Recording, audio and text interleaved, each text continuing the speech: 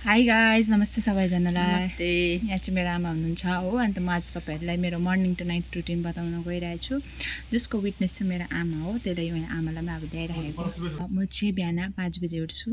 बेसी ढिलो पनि होइन, बेसी छिटो पनि होइन, 3 बजी 4 बजी पनि होइन। म चाहिँ 5 बजी उठ्छु हो। होइन आमा? यहाँ म 5 बजी उठ्छु। त्यसपछि उठिसकेर फर्स्ट चाहिँ के गर्छु भन्दाखेरि ब्रसहरू गर्दिनँ।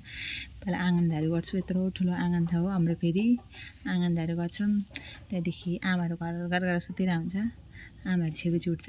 त्यहाँदेखि गरिसकेर ठक्क अन्त अनुहारसँग धोएर झाडु लगाएर अनुहारसँग धोएर त्यहाँदेखि म जान्छु किचनमा चियाहरू बनाउँछु।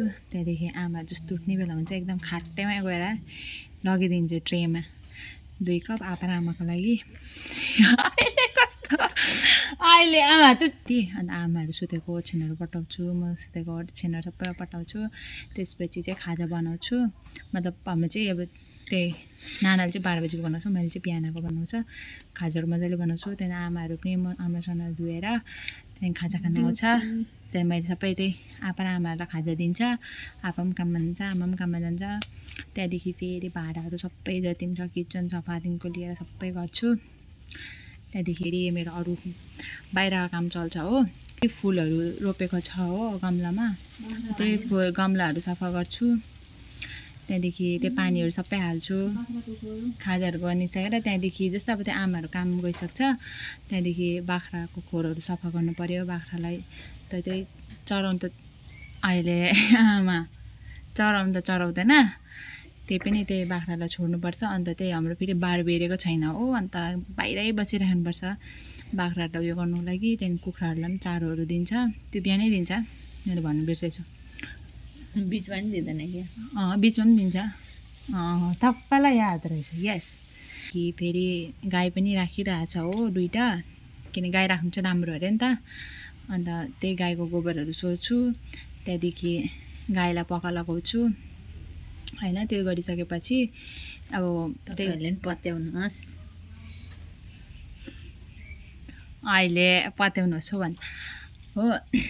त्यहाँदेखि आमाहरू एकछिनमा त कामबाट आउँछ होइन, नानाले खाना बनाइसकेको हुन्छ। फेरि पनि म खाना दिन्छु आमाहरूलाई मजाले पस्केर, फेरि भाँडा धुन्छु। भाँडा धुनु चाहिँ एकदम प्रोफेसनै त्यो भइरहेछ हो। त्यसपछि अझै अरू के काम गर्छौँ मैले भन्नु त? के काम गर? स्लिपिङ त बेसी सुत्नु पनि पाउँदैन। फेरि अन्त इभिनिङ वकमा जान्छु। त्यहाँदेखि आमाको चाहिँ हाई प्रेसर छ नि त, अन्त इभिनिङ वकमा जान्छौँ। त्यहाँदेखि फेरि आउँछ, रेस्ट गर्छौँ। त्यहाँदेखि फेरि त्यही म र साननाना मिलेर खाना बनाउँछ। त्यहाँदेखि खाना बनाइसकेर फेरि त्यही रास भाँडा धुनुपर्छ हो। अन्त त्यति नै छ। अन्त फेरि हामी कति 10 बजी 10, 11, 12 बजीतिर चाहिँ सुत्छ हो। त्यही काम गर्दा उयो किचनहरू सफा गर्दा त्यति हुन्छ। आमालाई हाई लागिसकेछ, मैले काम सुनाएर देखेर हो। त्यो काम गर्दाखेरि साबासी दिँदैन। अहिले यत्रो काम गर्छ भने अहिले थाहा हुँदैन होला नि तपाईँलाई।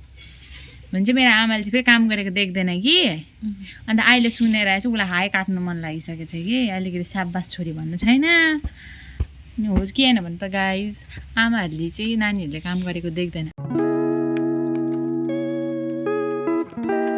त्यही अन्त के हो, म त रुटिनै आएको छैन त, कामै नगरेर होला आउने नआएको के काम गर्छ नआएको पत्याउने कुरा त गर। अन्त पत्याउने आमा मेरो रुटिन सुनेर तपाईँलाई कस्तो लाग्यो भन्नुहोस्? राम्रो लाग्यो, राम्रो लाग्यो। गर्दैन 3 बजी उठ्छन्, अन्त त्यहाँदेखि के गर्छन्? ओछ्यानमै चियाएर आपा र आमालाई हावा त नबोल्नुहोस् हौ।